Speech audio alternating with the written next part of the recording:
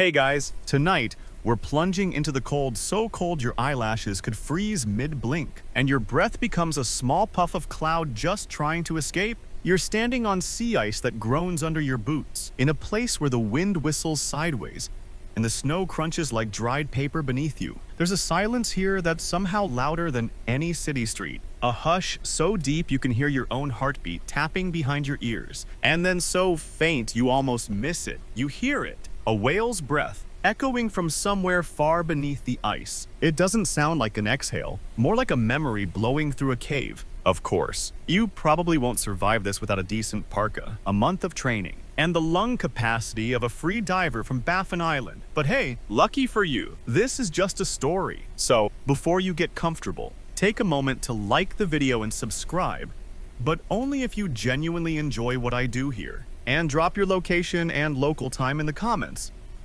I love knowing where and when you're listening from. Now, dim the lights, maybe turn on a fan for that soft background hum, and let's ease into tonight's journey together. You're not alone on the ice. Beside you crouch two figures, bundled tight in caribou fur parkas, their hoods frame deeply lined faces, the kind shaped by decades of salt wind and squinting at white horizons. They're staring down, not at a seal hole or a fishing line, but at a long, narrow piece of bleached whalebone, resting on the frozen surface like it grew there. The older one gestures for silence, as if the whole Arctic isn't already holding its breath. Then she tilts her head. You hear it again, an exhale, distant and soft, a huff from another world. It seems to come from beneath you, but it travels rising through layers of sea, through cracks in the ice, until it finds open air. The carver closes her eyes, leans toward the bone, and nods, as if recognizing an old friend's voice. Turns out, whale breath is more than just air. It's a signal, a fingerprint, and Inuit carvers, especially the ones working with whalebone, listen for it. You trail the elder back to a low snow-covered hut, where the air smells of oil lamp smoke and something vaguely like smoked salmon. If it had fallen asleep in a library. Inside, whale bones hang from the ceiling beams, suspended like chimes that forgot how to sing. Some are smooth and hollowed, others are deeply grooved, covered in tiny carved notches. They look like bookmarks for forgotten conversations. You pick one up. It's heavier than expected, with a thin split down its center like a crack in an old vinyl record. You tilt it, and there it is again. A low, throaty hum, faint and resonant, not from the bone, but seemingly from within it. It's not the sound of your hand moving. It's the memory of a breath trapped in calcium. The elder chuckles, seeing your face. You're not hearing it, she says in slow English. You're feeling it. The echo comes back through your palm. That's your first lesson. Inuit bone carvers don't always listen with ears. They listen with skin. And the echo, that's their muse. It's what guides the knife. Not sight, not even instinct, but breath, returning as sound. Here's a little mainstream tidbit. The Inuit have been carving bone, ivory, and antler for over 4,000 years. Tools, figures, masks, charms, each piece tied to survival, to ceremony, or to story. But some bones weren't made to be seen. Some were shaped for listening. You sit for a while, just watching. One carver sharpens her ulu knife on a rock with hypnotic rhythm. Another holds a chunk of aged whale jawbone in her lap. She's not cutting yet, just waiting, listening. She flicks a finger against the side and listens for the thud. Too flat. Another flick, a higher tone. Her head tilts. There, she says. She's still in there. You don't ask who she is. You'll learn soon enough. Here's where it gets delightfully weird. According to some carvers, each whale breath echo has its own personality. Some come back as long, trembling chords, like a cello string stretched too tight. Others return in short pulses, almost staccato, like a sneeze from the deep. The Inuit believe these echoes help them understand the whale itself, not just where it is, but who it is. Male or female, old or young, lonely or with calves, playful or anxious. Some even say that the echo changes depending on whether the whale knows you're listening. And here's where historians start bickering over their snowshoes. Some claim this is pure folklore, a beautiful but exaggerated tradition. Others argue it's based on deeply tuned acoustic memory. honed over generations, and some insist it's not about the actual sound at all but the resonance, the way certain frequencies interact with the dense mineral structure of aged bone. One fringe theory, the breath echo, when captured by bone, alters the vibration signature of that material forever, like a fingerprint pressed into the molecular matrix. You don't hear the wail, you hear the memory of its breaths. That's why old bones hum differently than new ones. And that brings you back to the hut, where the elder has finally begun carving. She's not looking at a pattern. She's carving directly into the echo, reacting to tiny shifts in tone that only she can feel. Her knife moves slow, deliberate, as if tracing a sentence from a language no one speaks anymore. Outside, the wind picks up,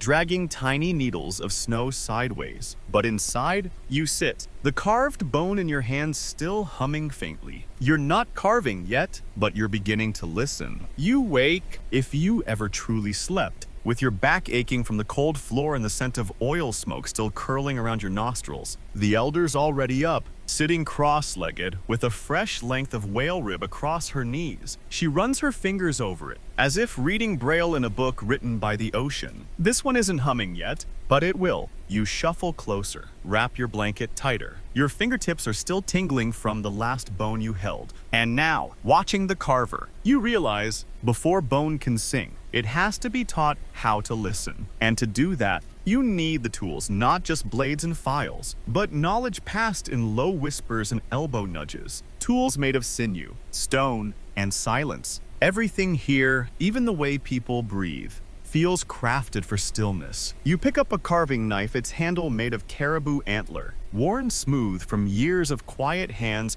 and trace the edge with your thumb. It's sharp, but not wicked, more like stern. Outside, the wind sounds like it's trying to tell you something important and impatient. But in here, patience rules. You're not allowed to carve today. Today is for watching. The carver shows you how to soak the bone, not in water, but in seal oil to soften it gently, like coaxing open a clenched fist. Then it must rest. No rush, she says, or it'll split on you like a jealous cousin. You chuckle softly, and she raises an eyebrow. It's not a joke. She warns, some bones don't like being touched too fast. You believe her. They start you with sinew cord, not tools. Your job, wind the drying rack with loops of tendon stretched tight and smooth, ready to bind finished carvings. It's meditative, tedious, even but oddly calming. You begin to understand why time behaves differently here. Like it's been carved itself, one patient cut at a time. As you work, the carver starts telling a story not with her voice,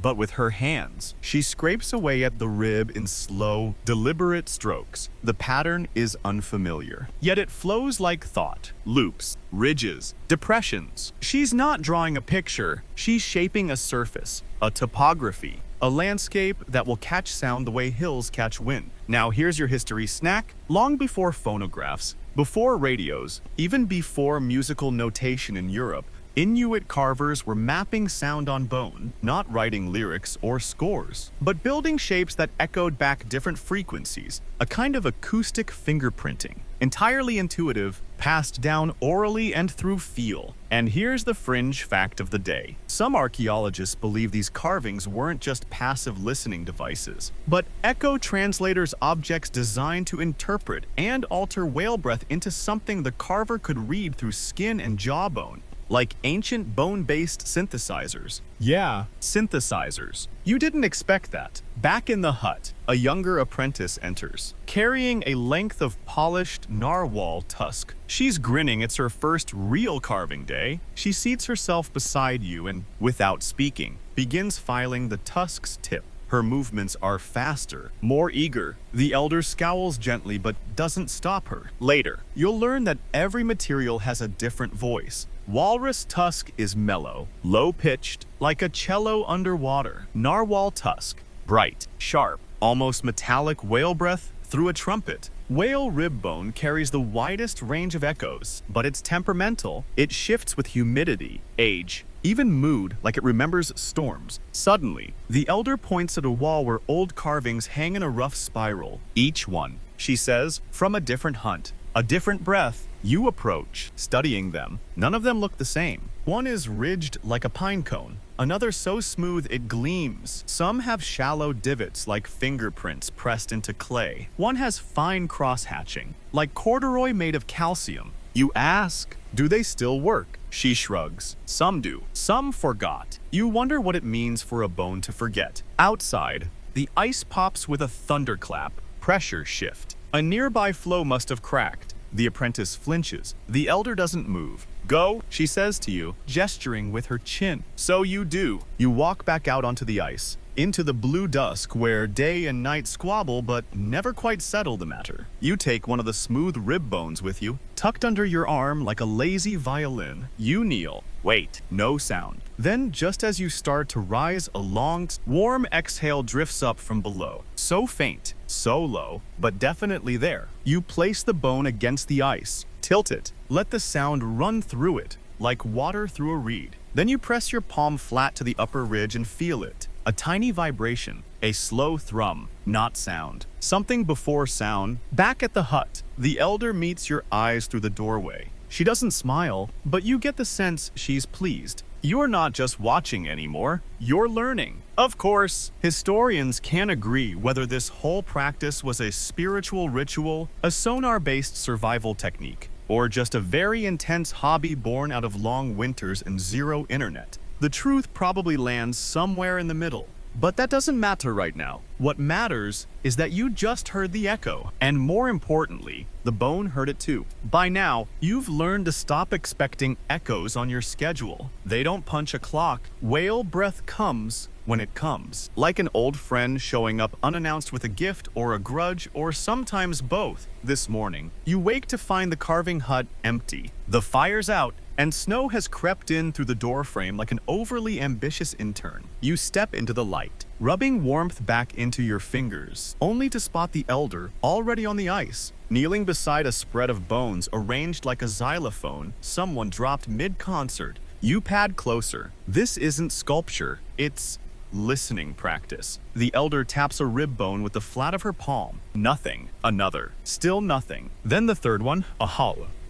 A hollow buzz, barely perceptible, vibrates through the ice and into your kneecaps. She grins. See, she says, bone doesn't hear with ears. You nod like that makes perfect sense, even though your brain is still trying to organize your senses like mismatched socks. But here's the trick. Each bone responds differently, not just based on its shape, but how it's placed. The ice matters, the angle, the time of day, whether the tide is high or low, whether the whale is interested. Wait, you ask interested. She nods. You think the whale doesn't choose to echo. A soft chuckle from behind you. The younger apprentice, lugging a fresh length of whale vertebrae, like it's a sacred log for the fireplace. She lays it gently across a flat slab of ice and gestures for you to join. This time, you're invited to help. You position your hands where the elder shows you, thumbs down the vertebrae's channel, fingertips curved along its arch like you're holding an invisible watermelon. It's cold, sure, but not lifeless, not dead. You swear it pulses slightly, like a distant drum beat wrapped in wool. Then the elder explains, these bones don't just carry echoes, they translate them. The ridges you carved yesterday, they help distinguish what kind of echo hits them, front or rear, fast or slow, muffled or crisp. It's a tactile Morse code, one that only works if you've learned where each kind of breath lands on the bone surface. And yes, people really train this way. Inuit carvers developed this language over centuries, not by naming it, not by standardizing it, but by sharing it, generation to generation. Like a bedtime story wrapped in whaleskin, they believed different parts of the body spoke different echo dialects. The skull gave blunt, front-loaded bursts. The ribs hummed with long vowels. The vertebrae, oh, those were the scholars. They broke down the message, filtered out the noise. You spend the afternoon learning which bone hums under which breath. Bowhead whales. The locals say, breathe slow and deep. You can feel their echo roll across a carving like distant thunder. Narwhals, high-pitched, twitchy, like a ping-pong ball skipping over ice. Belugas, the tricksters. They scatter their exhale in odd patterns. Pulse, pulse, pause, pulse, like they know you're listening and want to mess with your expectations. Mainstream marine biology fact incoming. All three of these whale species do produce distinctive exhalation patterns. Scientists use hydrophones to track them, but Inuit carvers were already doing it with bones and intuition long before the first lab coats ever showed up. Now here's a fun fringe theory to chew on while your teeth chatter. Some scholars believe Inuit carvers didn't just respond to whale breath, they may have used certain carvings to stimulate or even attract breath echoes. Not like bait, exactly more like resonant invitations. Some carvings acted like acoustic beacons, primed to reflect certain frequencies more than others. That's why old bone libraries existed, long racks of carvings tested against the sea to find which ones the whales answered. And that raises the question, who's really calling who? Back on the ice, you are getting the hang of it. You lay a smooth piece of scapula over a fresh crack in the sea ice and wait. It hums faintly. You close your eyes, press your ear near it, and suddenly it spikes. A new echo. It's deeper than the others, almost angry. The elder nods solemnly. Old bull, she says. He doesn't like us listening. You jerk your hands back. Should we stop? No, she says, but we won't carve him. And that's your next lesson. Some echoes aren't for you. Not every breath wants to be honored in bone. Some are just passing through. Others, they're warnings, not threats, but boundaries. Historians still argue whether the refusal to carve certain echoes was cultural reverence, superstition, or just good safety policy. Some claim elders would identify individual whales by breath alone,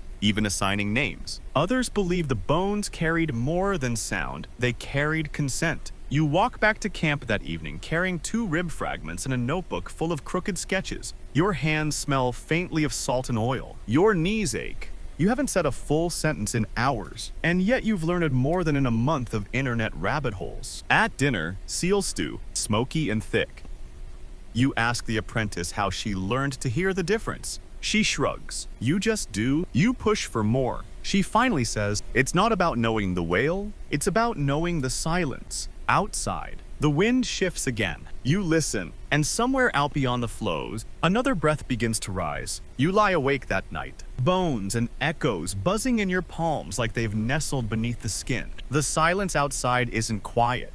It's charged, as if sound itself is tiptoeing just beyond reach. Eventually, you drift off, but not before the image of a carved vertebra turning slowly in your hands plays again and again behind your eyelids. At dawn, there's already movement by the shoreline. The elder and apprentice are dragging a sled loaded with long, curved bones old vertebrae, knuckled and pale, like fossilized wheels. You follow, your boots crunching over the hard-packed snow, until you reach an inlet where the tide breathes in and out under a thin skin of ice. Mist clings low to the ground, and somewhere beneath it, something massive shifts. Today, you're going to learn what the carvers call spinal mapping, using whale vertebrae not as sculpture, but as resonant listening tools. These aren't made to be admired. They're used like tuning plates, each carved to pick up certain patterns of breath that other bones can't detect. The elder pulls one vertebra free from the sled and sets it upright. It wobbles slightly before settling, like it knows where it belongs. Then she does something unexpected. She places a small polished stone into the central hollow. It sits there, perfectly still. You raise an eyebrow. Watch, she says, stepping back. Moments pass. And then, without warning, the stone shivers, not jumps, not rolls, just a tiny tremble, as if acknowledging a far-off sound. Seconds later, the vertebra itself hums low, pulsing, so soft you almost doubt it. But the stone doesn't lie. It felt the breath. Welcome to what carvers call echo landing. Here's the logic. When whale breath travels through ice and water and meets the surface, some of it echoes back, but some of it travels across the surface in subtle vibration waves. These waves aren't sound in the usual sense. They're movement like ripples across a still pond. And carved vertebrae, with their natural curvature and dense mineral structure, are perfect landing pads. Each vertebra, once carved and tuned, can feel the direction and pressure of these waves. Front-facing hums mean the whale is rising. Back pressure indicates descent. The left side tightens when the breath comes from an angle, You start to see it like an old sonar system, except the screen is bone and your eyes are your hands. Mainstream science backs this up. Sort of. Whale exhalations do produce surface vibrations measurable by hydroacoustic tools. Inuit hunters knew this long before sonar was a thing. They just used whale parts to hear other whales. You kneel by your own vertebra, an unfinished one. The apprentice carved weeks ago. She hands it to you with a nod. You place it on the ice. Wait, then feel a faint flutter in your knees. Not much, but something. You tilt the bone slightly, rotate it. Suddenly, the flutter becomes a buzz. You try the polished stone trick and it quivers. You grin like you've just solved a riddle whispered in a dream. The elder walks over. Good, she says. Now try carving the landing. Wait, what? She pulls out a fine bone knife and hands it to you. This isn't about art. It's about adjusting the bone's reception, sculpting the surface, so it better responds to the specific type of breath you just felt. This is where the mapping comes in. You learn to make shallow channels where pressure dips and tiny ridges where the vibration peaks. It's like tuning an instrument, except the audience lives 50 feet underwater and only sings when no one's looking. There's an art to this, sure, but also science. Pressure maps, resonance curves, contact points, it all folds into the work. Fringe researchers believe some of these carvings acted as passive acoustic receivers, with curved bones channeling whale breath into measurable points. You make your first cuts. They're ugly, too deep, too jagged. The apprentice winces but says nothing. You try again. This time, you move slowly. You don't aim to shape the bone, you let the bone tell you where it wants to be shaped. Your hands remember the echo, and before long, your blade just follows it. Eventually, the elder tests it. She sets your vertebra on a fresh patch of ice, waits, then thrum. The polished stone trembles gently. She doesn't smile, just places the carving back in your hands and walks away. That's her version of a standing ovation. Back at camp, over strips of frozen char and boiled moss tea, the apprentice shows you her oldest carving, a whale vertebra the size of a watermelon. Covered in what looks like braille, you run your fingers across it. It tells you something, but you don't yet have the vocabulary to understand it. Still, you feel the rhythm ridges spaced in deliberate intervals, pressure points for invisible pulses. Why do you keep it?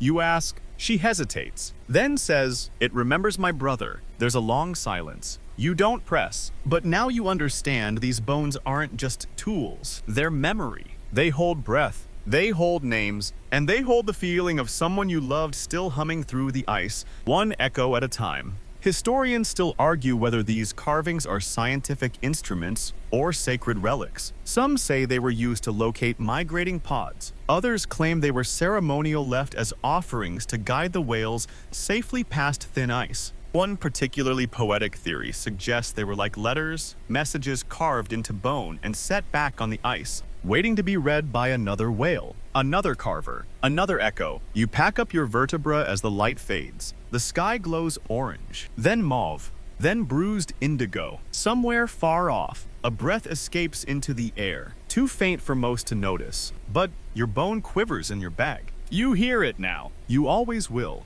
By now, you no longer flinch at the wind. You've learned its voice blunt, cold, sometimes sneaky. It likes to mimic the sea, but it can't quite pull off the depth. The wind plays games. The whale breath never does. Today is the first time you're handed a full set of bones to test 5 carvings, each tuned to a different whale, or rather, to the echo of a whale. You're told not to listen for words, or even melody, but for texture, sound that's smooth or grainy, thick or sharp. You're supposed to feel them with the same part of you that knows when someone's staring before you turn your head. The apprentice lays them out in the snow like a card dealer at a very confusing poker game. She gives you the bowhead rib first. Easiest, she says. He breathes like an elder. Long, lazy. Too big to lie? You place the rib flat, press your palms along its curves, and wait. It hums slowly, deeply like a note buried in sand. You close your eyes, and suddenly you see it. A huge shadow moving under the ice. Not hurried, not afraid, just present. The next bone, a narwhal tusk sliver, is harder. You wait, nothing. Then a sudden ping jerks through your wrist like a trick spark from a cheap outlet. You jump. Told you, she says, like lightning up your bones. That's when it hits you. Not all echoes are soft. Some are startling. Some slam into the carving and scatter like marbles in a shoebox. Others, like this one, spike through you, like a prank from the deep. You learn to identify them. Not by name, whales don't carry ID, but by behavior. Bowheads, the grandparents, calm, measured, easy to track. Belugas, the mischief makers, quick breaths, unpredictable pulses. Narwhals, intense, focused. You feel their echoes like eye contact. Mainstream fact break. Scientists have verified that different species do produce distinct exhalation profiles, both in sound and in pressure dispersion. The Inuit didn't need a spectrogram to know that. They had bone. But here's the fringe angle that makes academics chew their erasers. Some say the Carvers believed each whale's breath carried its emotional state. That echoes weren't just sound waves, but feelings. A stressed whale's exhale had a jagged rhythm, a curious one,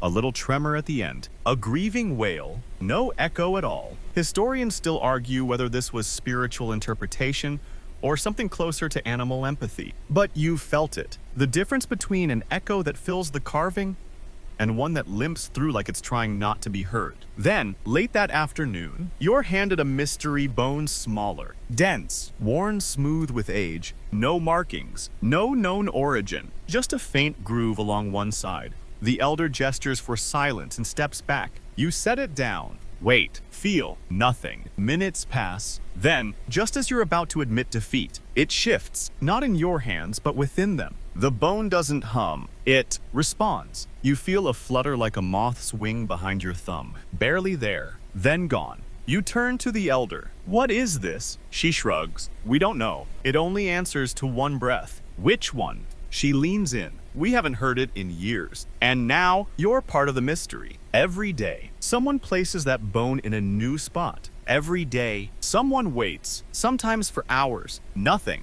But they still try, because some echoes don't come when you ask, only when you remember. Later, by the fire, you flip the bone in your hands. It's warm now. Or maybe you are. You think about how many hands have held it, how many whales have passed, breathed, forgotten. You wonder if it's waiting for one breath in particular, or if it's already heard it and is just holding the memory. The apprentice leans over. You're thinking too much. I'm trying to understand it. She smirks. That's your problem. And maybe she's right. Maybe understanding isn't the goal. Maybe this is like trying to translate wind into grammar. These bones aren't books. They're instruments. You don't read them. You play them. Or better yet, you let them play you. One more echo comes that night. So faint even the polished stone doesn't twitch. But your hands do. A single pulse, low and slow, like a breath taken by someone who's finally decided to forgive you. You don't know what whale sent it, but the mystery bone shudders. And just for a second, it hums back. It's snowing sideways today,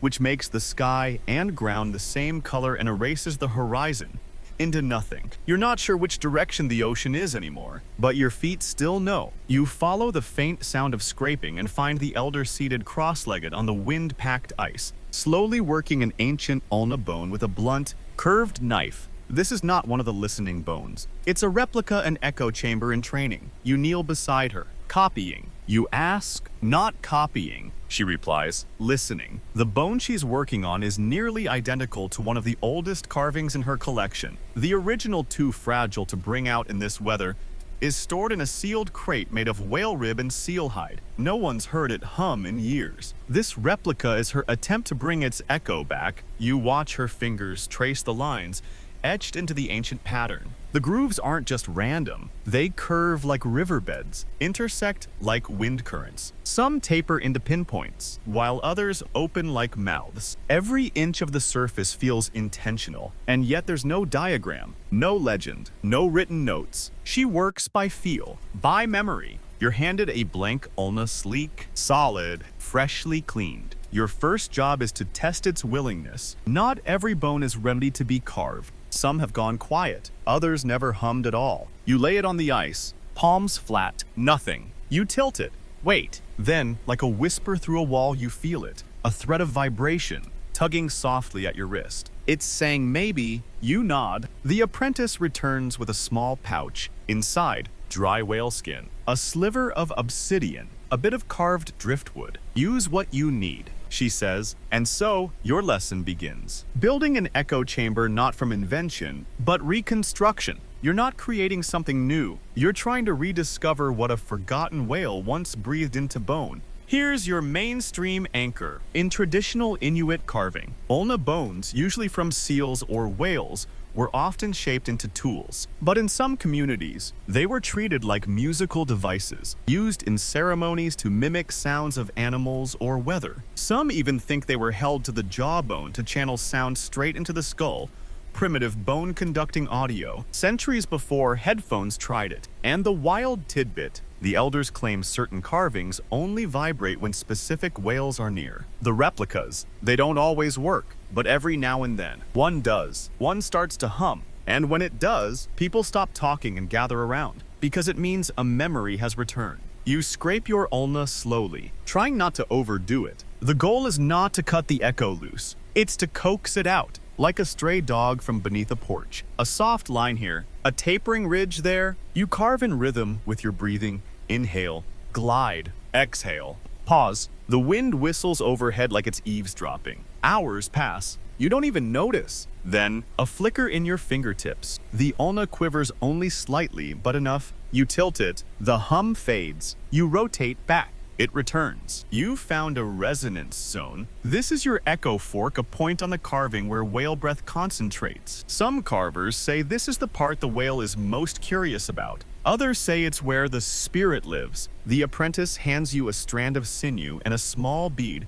carved from old tusk. Drill it, she says. Mount the bead over the zone. Why? It tells the whale you heard them. And that's another thing you're learning. These carvings aren't just receivers, they're responses. Whale breath touches bone. Bone is carved. Whale returns. It's a conversation. Some scholars compare this to musical improvisation. Others say it borders on shamanism. Historians argue whether the carvings were used to predict whale migration or to guide it. Some believe whales return to familiar areas not because of geography, but because of sound memory. They remembered how their breath had once been heard. Fringe theory of the day. One researcher insists that these carved ulnae, when placed in specific formations, modulate surface echoes, essentially reshaping how breath echoes move across ice, like acoustic origami. You don't know about that, but you do know your bone just sang. The elder picks it up, cradles it in her palms, waits, then her eyes widen.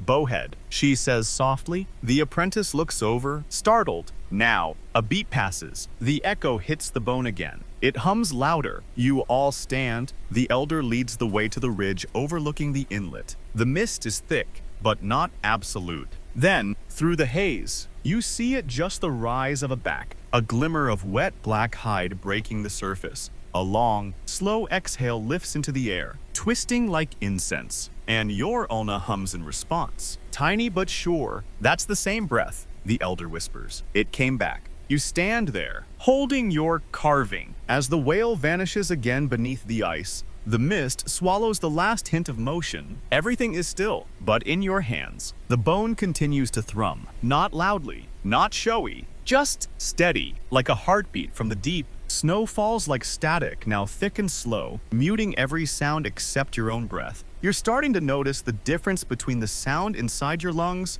and the sound the whale makes when it exhales. Yours feels sharp, almost desperate in this cold. Theirs is patience, warmth wrapped in pressure, the kind of breath that only comes from carrying oceans in your chest. Today, the carvers are preparing a special project. No tools, no carvings, just a circle drawn in the snow with a burnt length of driftwood. Inside it, 5 bones rest like sleeping birds. Ulna, vertebra, rib, jaw, scapula. This, the elder tells you, is called the rhythm set. And unlike the other carvings, these are shaped by sound patterns borrowed from drumming. Drumming. You look confused. The apprentice grins. What? You think we only carved? She walks into the hut and comes back out carrying a sealskin drum, broad, taut, with an antler grip. She strikes it once. The sound is deep, resonant, like the belly of the earth hiccuping. These rhythms help us shape the echo, she says. Whales don't just breathe, they pulse. You're handed a second drum. It feels awkward in your arms, more shield than instrument. Still, you follow their lead. Boom, pause, boom, boom, sweep. The rhythm is simple.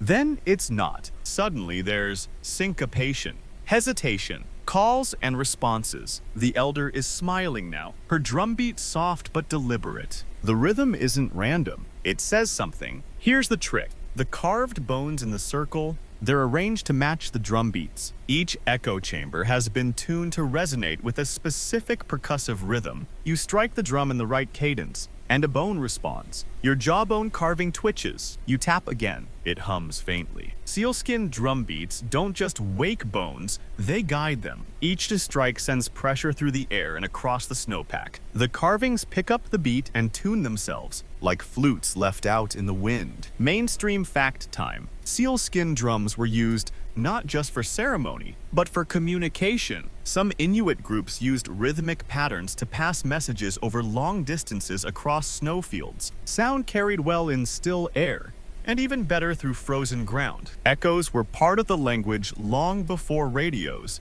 Back in the circle, you start to feel it. Each whale breath has its own rhythm, and carvers use those to shape the grooves. You pick up your ulna, carving again, and tap it softly with a finger. Thrum. Pause. Thrum, thrum. Pause. You play back the pattern it remembers. The breath it once caught, the drum beat it hums back to. The elder watches, pleased. Then she adds her own rhythm, weaving around yours. The apprentice joins in. Together, you create a slow, rising pattern, not music. Exactly. But conversation. You're not playing the drum. You're letting the carving echo the memory of a breath, and the drum gives it voice. Now for a twist. The carvers sometimes used bones not to catch echoes, but to clean them. Some bone grooves aren't tuning forks. They're filters. The whale's breath may come through jumbled, mixed with ice creaks, wind noise, pressure shifts. The carving isolates the whale's rhythm, filters out the background hum,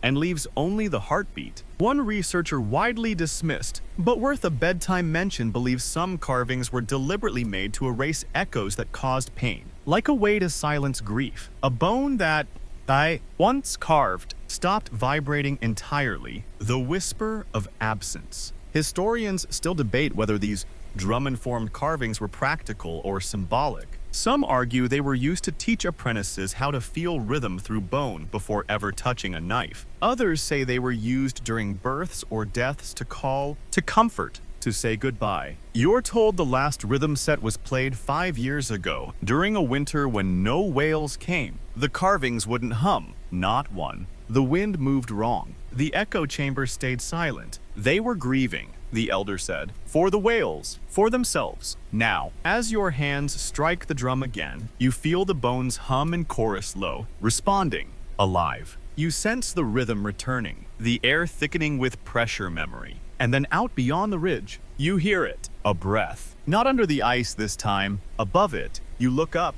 a distant puff of mist hangs in the orange light. A beluga, small, curious, watching. The elder lowers her drum. The bones fall silent. The whale breathes again, shorter this time, like a question. You tap your drum once, softly. Your carving answers. And in that moment, you're not just part of the rhythm. You're in tune. The next morning, you find your carving covered in a soft drift of snow, tucked beside the apprentice's drum. It hums faintly in your palm. Even before the sun has had a chance to stretch, somewhere beneath the ice, the whale must still be nearby. Or maybe your bone is just remembering. Some memories linger longer in certain bones. The elder doesn't speak much today. She leads you to a long, low tunnel carved into a snowbank. It opens into a hollow chamber, part igloo, part wind shelter. Inside are shelves of carved bones, arranged with an almost obsessive symmetry. Each is tagged with a single mark, a curve, a notch, a dot, no names, just patterns. Echo archives, the apprentice whispers. You don't touch unless you're ready to forget what silence feels like. You glance at her, and she's not kidding. This is the bone library, and unlike the carvings you've seen outside, these aren't for practice or display. They're records. The elder gestures to a polished scapula, laid flat across a shelf. It's smooth and yellowed,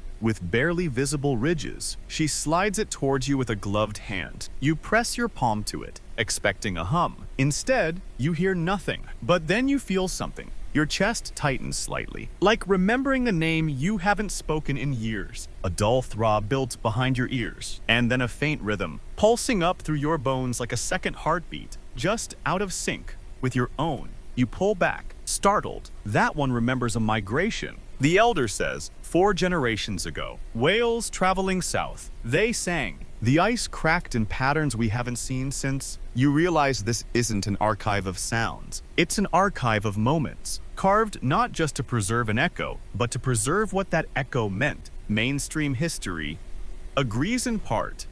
Inuit communities passed knowledge through objects, carvings, and memory tools, whale paths, breathing cycles. Even weather patterns were sometimes mapped in ivory or bone. But those were thought to be practical, not emotional. But you're not just feeling data, you're feeling presence. The next carving is older, a jaw fragment from a narwhal, grooved deep with asymmetrical lines. You touch it and the rhythm is jagged, like breath caught in a storm. A hum rises, not steady, but sharp. Panicked, the apprentice nods. Chased, she says. Harpoons. Too many boats. That one stopped breathing here. You don't ask whose harpoons. The memory is carved clearly enough. Some say these echo archives weren't just documentation. They were confessions, a way to acknowledge which echoes we hurt, which ones didn't return. There's a fringe theory that some echo archives changed after they were carved, that the memory etched into them continued to evolve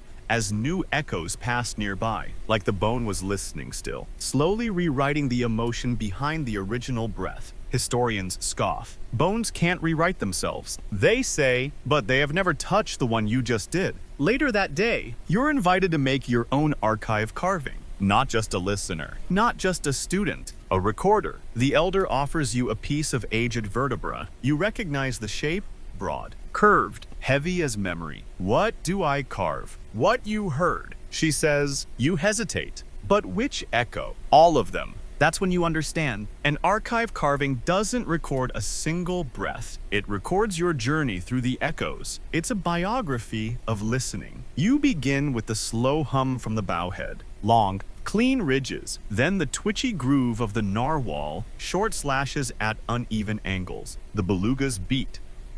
A series of rounded notches like laughter paused mid-air. Then you add the silence from the mystery bone. A smooth stretch of untouched surface. Negative space. Not absence, but respect. You carve until your hands go numb. Then you warm them by the fire. Then carve more. When it's done, the carving doesn't hum back at you. Not yet. You place it on the shelf next to the others, between a broken tusk and a knotted rib. For now, it waits. Someday, someone will place their hand on it and feel what you felt. They'll remember the whale who returned, the one who watched, the one who forgave. They'll remember the old rhythms, the new hums, and the echo that almost didn't come back. And maybe they'll carve a little deeper. Maybe they'll add to it. Maybe the echo won't stop with you. Your carving stays on the shelf. You visit it often, unsure whether you're proud or still editing it in your mind. Each time you press your palm to its ridges, something different hums back, fainter or sharper or warmer. It doesn't feel like the same carving you finished days ago. Because it isn't, the elder says simply. Bones shift. So do you, this morning. Though there's no time for reflection, the elder gathers everyone and announces, in her usual barely audible way, that a deep echo has returned, one that hasn't been heard in over a decade.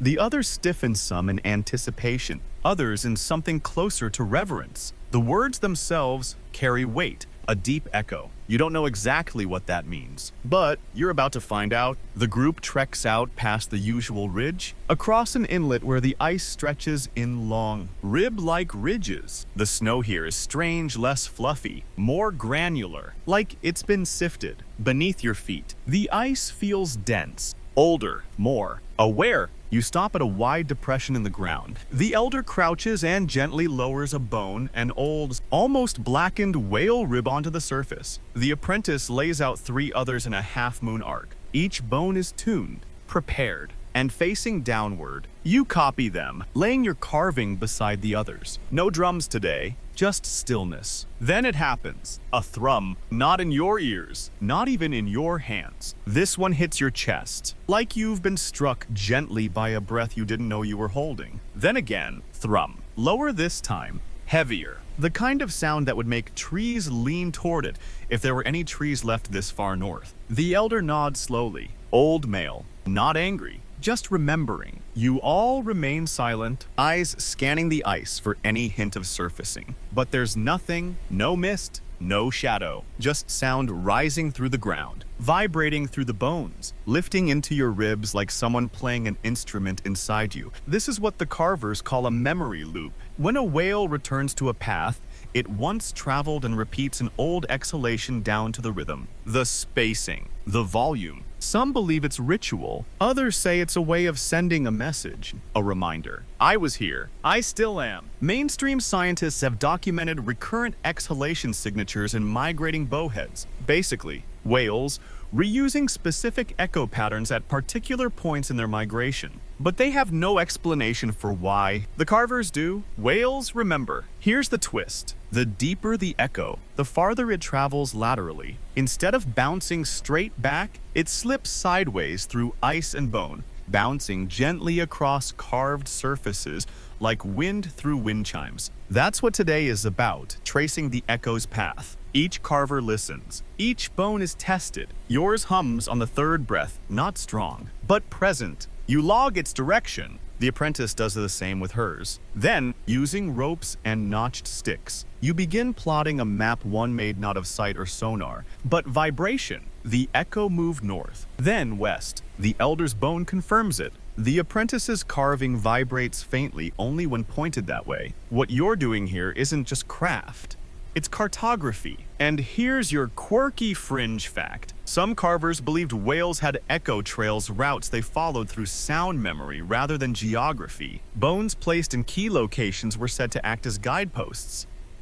Hum markers. When a whale felt the right vibration from below, it turned, adjusted, or paused. You don't know if that's true, but you can feel the deep echo moving like a slow pulse across the horizon. It disappears, then returns, faint and round, like a drum beat rolling uphill. Then, something unexpected. Your bone starts humming when no one else's does. You tilt it. The hum intensifies. The elder frowns. That's not from this whale. Another breath. A new one.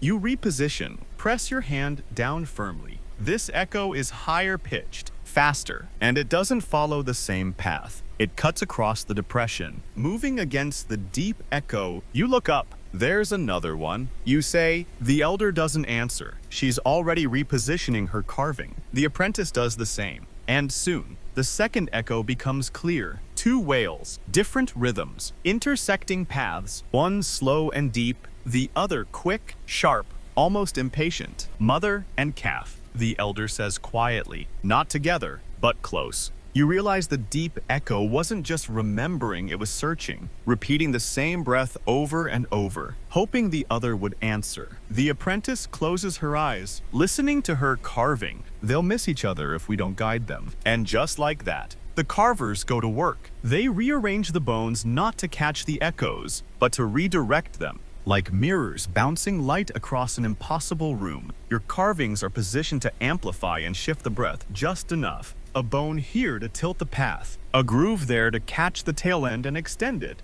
The elder taps your shoulder. Your carving has the right voice. Leave it. You step back. Let the bone speak. Minutes pass. Then thrum thrum, the echo comes again. This time louder. Then ping ping. A smaller, quicker breath answers. Two rhythms, finally overlapping. The whales have found each other. The elder exhales. The apprentice wipes a hand across her face, half smiling. And your carving, it goes quiet. Its job is done. That night, the fire crackles louder than usual. Or maybe it just feels that way. Your bones are humming, not the whale ones. Yours, the kind of low, residual vibration that stays after something big happens. Like the echo doesn't know it's allowed to stop. No one talks much. The elder stares into the flames like they're retelling her a story she hasn't heard in years. The apprentice quietly oils her drum. You sit nearby, the mystery bone in your lap. Still no name for it, still no reliable echo. But tonight, it feels heavier, not in weight, in memory. The elder finally speaks. Tomorrow we teach you about cracks. Cracks, you don't ask yet.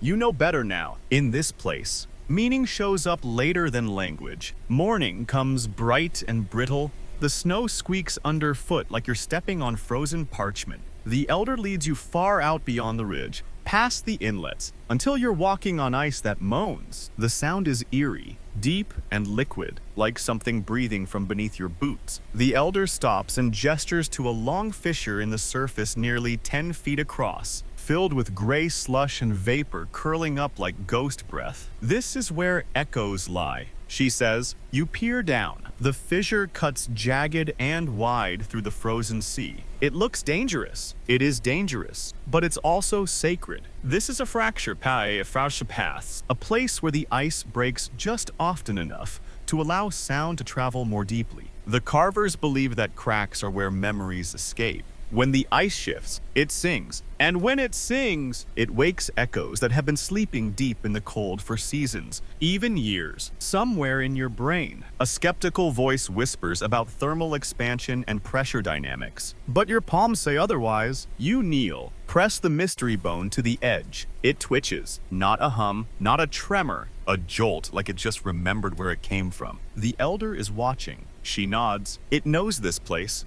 And now she explains what cracks really mean in bone carving. These fissures in the ice mimic the stress lines in bone. Over time, bones naturally fracture in subtle ways, pressure points, internal splits, even microscopic fault lines. These aren't flaws. They're echo paths. You hold up the mystery bone again, tracing a faint ridge running along its side, a fracture line, barely visible, like a whisper someone tried to erase. Carvers don't carve around cracks, the apprentice says. They carve with them. And just like that, today's lesson begins. Crack carving. You're given a narwhal tusk, long and spiral smooth, but with one deep natural split curling around its length. Your instinct is to avoid it to carve elsewhere, where it's clean and unbroken. No, the elder says, it only speaks through that, so you follow the crack, pressing lightly along its path. It hums faintly already, even untouched. You start carving along the split, deepening it carefully, making channel lines grooves that help the bone amplify the echo it already wants to tell. Mainstream anthropology rarely mentions this. To most researchers, bone cracks mean weakness,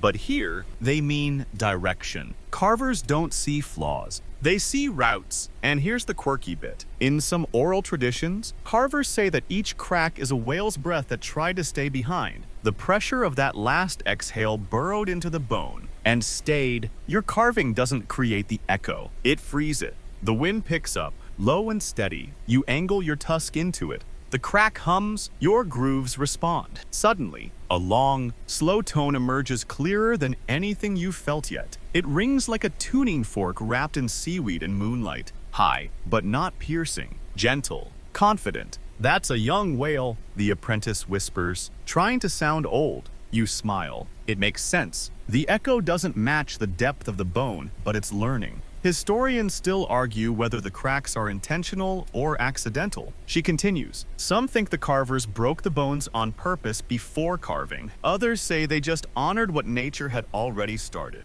But standing there, holding the humming tusk in the wind, you stop caring about the debate. You just listen. Then the elder does something unusual. She lays down her own carving, an old piece of scapula, with 6 fractures radiating like frost. She positions it over the fissure in the ice and waits. The echo that rises. It's not a wail, it's wind. The pressure shift moves across the carving and into her palm like a slow memory unfurling. It's not just whale breath, she says, it's the earth, the wind, the shift in snowpack. If it lives, it breathes. If it breathes, it echoes. The idea knocks something loose in you. Everything is carving. Everything is bone. Everything is breath. You press your carving into the snow beside the fissure, and it hums back not to a whale this time, but to the ground itself. Later, when you return to camp, the mystery bone vibrates again in your bag. This time, you don't question it. You just nod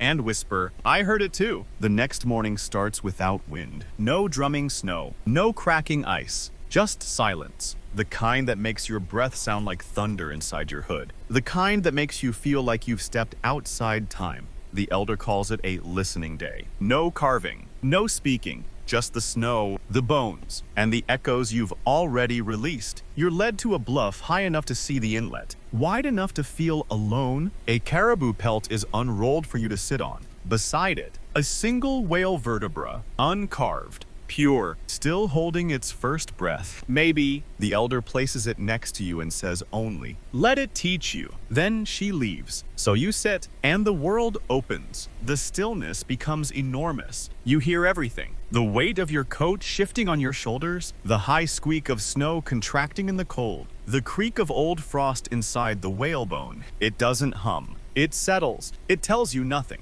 And somehow, that feels like enough. This is what carvers call the hush. The moment when you're not carving to find an echo, you're letting the echo find you. Some say it's the only part of the practice that matters. Everything else is just making the bone ready. You run your hands over the vertebra. No grooves, no marks, just smooth. Pale ridges like waves that froze mid-crash. You listen to your breath and feel how different it is now, slower, deeper, aligned. Mainstream anthropology rarely touches on this part. They document the tools, the patterns, the finished carvings. But no one writes down the hush. Too subjective. They say, too hard to measure. But you feel it now. And the mystery bone in your pack vibrates again, softly, not demanding, just agreeing. Then something happens. Far in the distance, across the sea ice, you hear it. A single exhale. No mist, no splash, just the sound itself, carried across frozen air like a prayer that forgot its words. Whoosh, snap.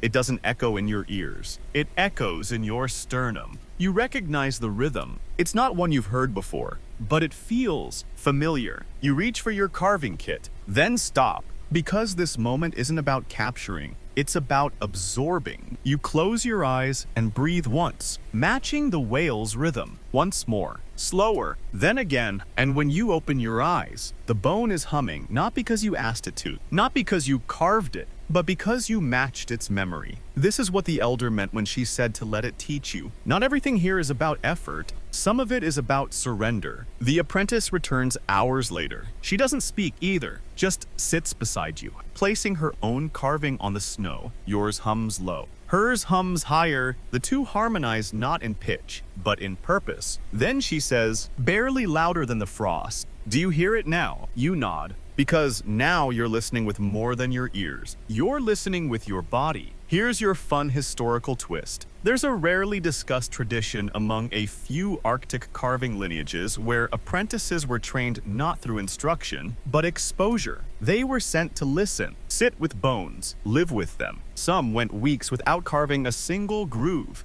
Just silence and stillness. It was called the season of empty hands, and some still believe that this period is when the bones decide if you're ready. Historians argue, of course, they call it superstition, romanticism. Bones don't make choices, one academic wrote, but you know better now. Because as you press your palm to the vertebra, it shifts ever so slightly under your touch. And you know, this one wants to be carved, not by anyone.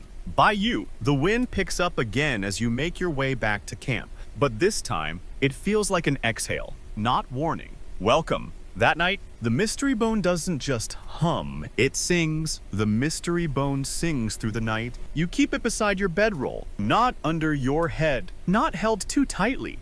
Just close enough that its hum slips into your dreams. You don't remember the dreams when you wake. Only that they were full of weightless water, and that sound came through it like moonlight. The elder greets you with two words. It's ready. Today, you're not just learning a technique. You're fulfilling a bond. You won't be guided. You won't be corrected. You're going to carve the mystery bone. You're handed your tools, driftwood, grip knife, an obsidian flake, a smoothed fragment of antler for polishing. No template, no example, because there is no example. This bone has only one path, the elder says. Yours, you sit in the wind shadow of a bent ridge. The sun is soft overhead, but the air is sharp. It smells like stone and distance. You rest the bone in your lap. It's colder than the others, somehow, but it vibrates. Like it remembers the warmth of something ancient, something never carved, never held by anyone who understood it. Until now, you begin slowly, just tracing its ridge. The crack line runs faintly down one side. Not a flaw, a signal. You follow it with your fingertip, not carving yet, just learning. You tilt your head, listening. Nothing hums. Yet, you test a line with your obsidian, barely a scrape. Just enough to mark, still no hum. So you change direction. Not along the crack, but around it. A wide arc, like circling a sleeping animal. And there, the vibration starts. A single pulse. You deepen the line. 2 pulses. You add a notch. Then a second. Tighter arc wrapping just beneath. And then it happens. The bone opens. Not literally, of course. But the vibration changes. It stops being a background noise and becomes a voice. Rising, layering, full of rhythm. That's not just remembered, it's evolving. Here's the strange, wonderful part. It doesn't match any of the whales you've heard before. It's not a bowhead, not a beluga, not narwhal or orca. This echo, this song is different. The rhythm is wide and uneven, like breath forced through old lungs. Then it breaks, stutters, restarts. It sounds aged, curious, lonely. You look up at the elder. She's standing beside you now, eyes narrowed. You hear it. You nod. She kneels, places her hand on the bone, just beside your own. Then she says, softly, that's the first breath. You wait. Let her explain. Long ago, she says, before people carved, before they drummed, before they mapped the echo paths, the whales breathed into the sea alone. Their exhale was pure. No one caught it. No one translated it. But the ocean remembered. And once, just once, that breath found bone. No one carved it. It was shaped by the sea, by pressure, by time. That's what you're holding, not a tool, a relic.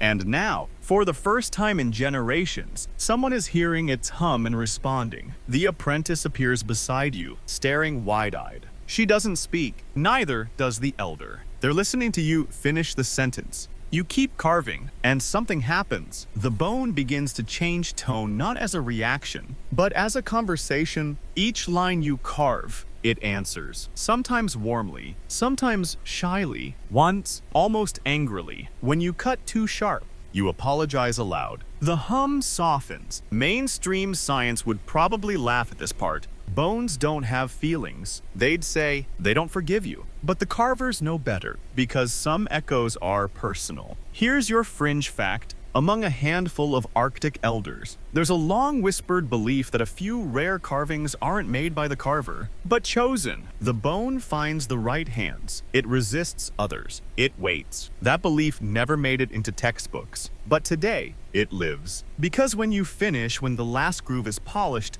and your fingers stop trembling, you lift the mystery bone, tilt it into the light, and it sings again. Not a hum, not a pulse, a chord. 3 tones, layered, rising and falling, moving not just through your hand, but your whole chest. Even the wind stills for a moment. The elder bows her head. The apprentice is crying. And you, well, you don't know what to do. So you breathe, and the bone matches you. 1 exhale, 2, then silence. But it's the good kind, the kind that follows understanding. There's no ceremony, no grand fire, no ululations under the moon. Just quiet. The elder wraps your finished carving in softened seal hide and places it gently into a driftwood cradle, stitched tight with sinew. The apprentice ties it closed with her own gloves, muttering something you don't quite catch, maybe a thank you, maybe a promise. Now it rests, the elder says, before it returns. You blink. Returns where? She looks at you with that slight squint she saves for people who should already know. To the sea. You don't argue, because, at this point, you've stopped arguing with the impossible.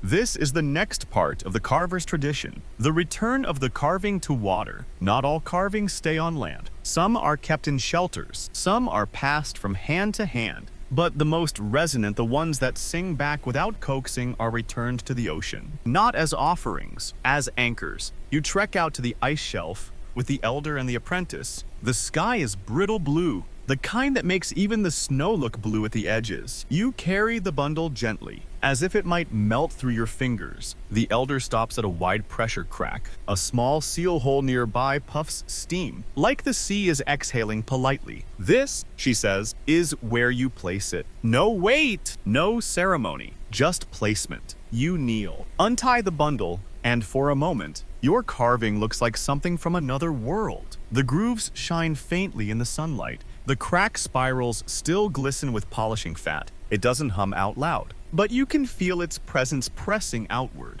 testing the air like a scout returning to old soil. You lower it to the edge of the hole. It floats, and then a tiny vibration. Not through your hand this time. Through the ice. It pulses outward. A signal. A beacon. Here's your historical fact. In coastal Inuit traditions, it wasn't uncommon to leave carved artifacts on the ice as markers, not just for navigation, but to draw back game. A carved whale's tail placed near a seal hole was believed to call spirits of the sea creatures closer. Carving wasn't just remembrance, it was negotiation. But what you're doing now is older than that. This is echo placement, a rare rite almost lost, in which a carving is returned to the ice not to call a creature, but to remind it. The elder explains, when a carving holds a breath strong enough, it's placed back into the cycle so that when a whale passes beneath, it feels its own past in the ice. The groove guides it. The vibration nudges it.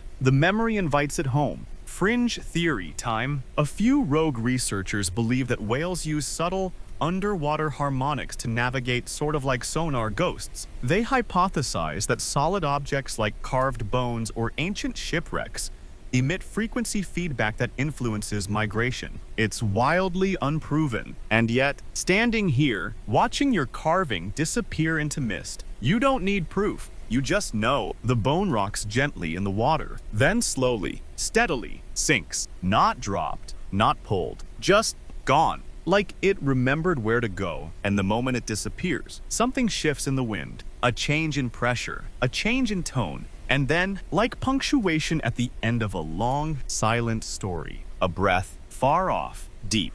Whoosh! The echo moves across the ice and curls around your feet like a dog finding its bed. The elder nods. It heard. You sit beside the seal hole for a long while, waiting for the silence to return. But it doesn't, not fully, because now the sea is awake. You hear it beneath the ice. The crackling sighs. The soft slap of water. Your carving is down there, somewhere, calling, not loudly, but clearly. And now, others may come. The apprentice places her hand on your shoulder. You're a carver now, she says. Not an apprentice, not a visitor, a listener, a memory keeper, a guide. You say nothing. You just close your eyes and breathe. And the sea matches you. 1 exhale.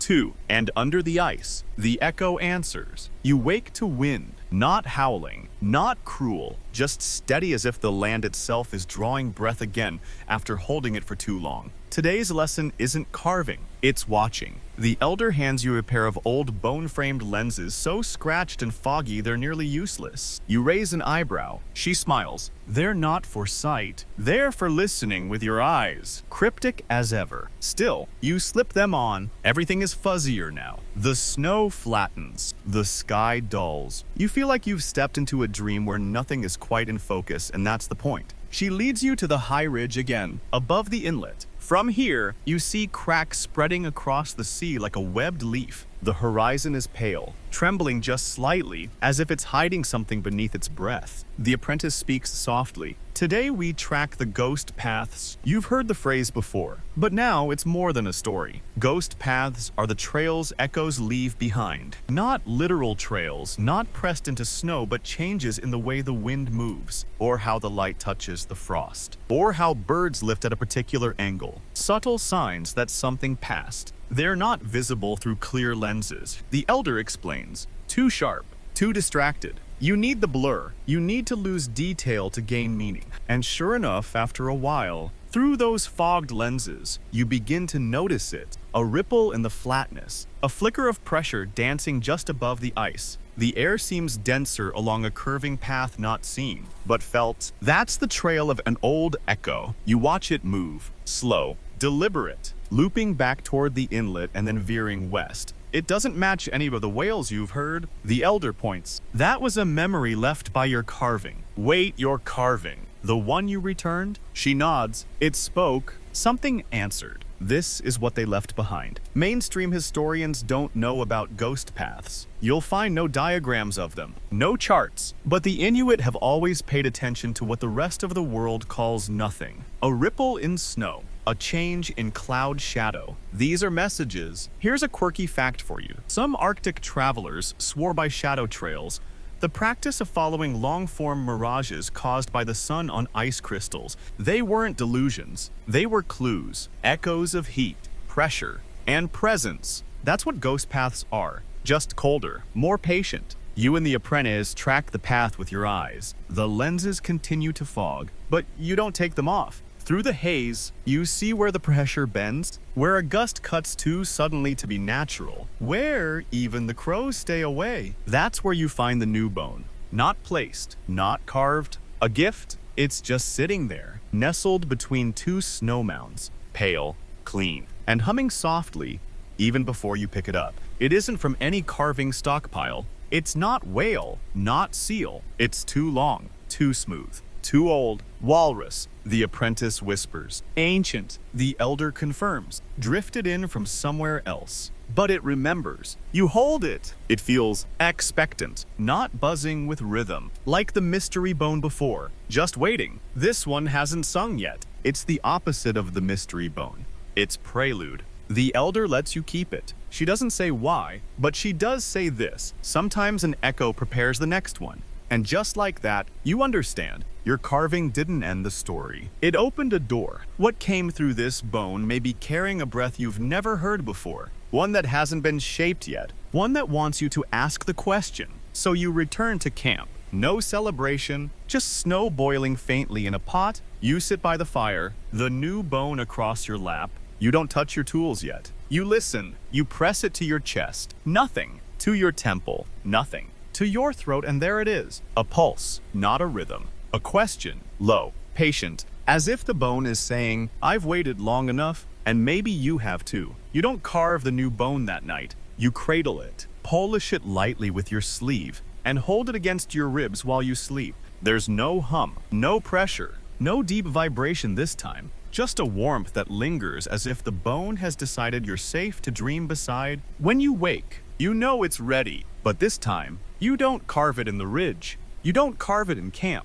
You walk farther than before, past the inlet, beyond the echo shelf, through snow that rises above your knees and makes your hips ache with every step.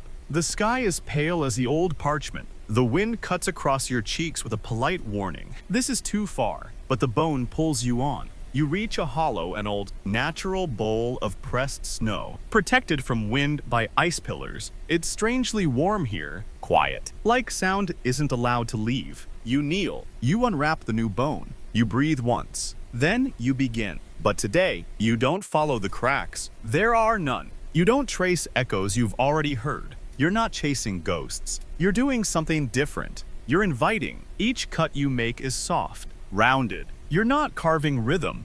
You're carving room. Wide arcs, gentle slopes, grooves that don't vibrate now, but wait to vibrate later. You're making a home inside the bone, not a map, because this bone isn't for remembering. It's for welcoming something new. That's when you feel it. Not from the bone, from the air. Thrum. Not deep, not sharp, but strange, alien. It doesn't echo the old songs. It's not familiar, like beluga laughter or narwhal clicks. It's something wider, slower, unfolding. The sound isn't bouncing off your carving. It's landing inside it. You freeze. Watch. The bone begins to vibrate without your hand on it. The snow beneath it dances in small circles. The grooves you carved begin to glow faintly, not light. Exactly, but clarity, like mist clearing from memory. Then you hear it. Not one wail, not even a pod, but a chorus. Hundreds of breaths, layered, distorted, distant,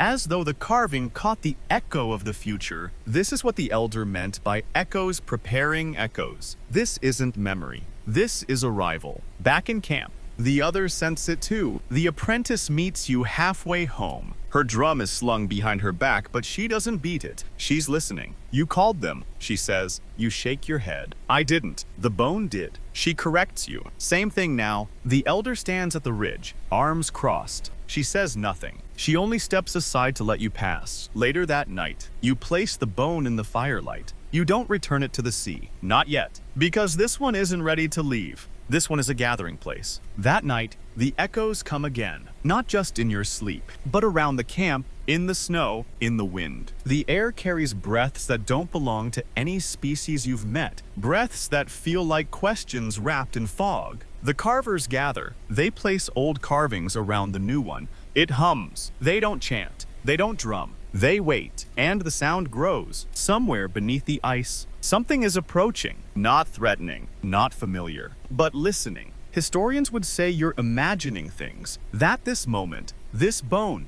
this echo, none of it fits the written record. Let them. They don't know what it feels like to sit in the dark and hear the world breathing toward you. They don't know that bones hum back when they're loved. You do, and the echo continues. And now, the snow begins to fall. Not hard, not swirling, but gently, flakes drifting like ash from a candle just extinguished. You watch them land on the carved bones, disappearing into grooves like tiny, silent notes added to the melody. The fire softens. The air inside the camp grows thick with sleep and warmth. Every breath you take feels slower, longer, like your body is syncing with something older than time. There is no rush anymore, no tools in your hands, just the sense that, for now, your story is folded gently into the ice. You lie back, the newest carving beside you, still humming faintly with questions that won't be answered tonight. But that's okay. Not everything must be solved. Some things are just meant to be heard and held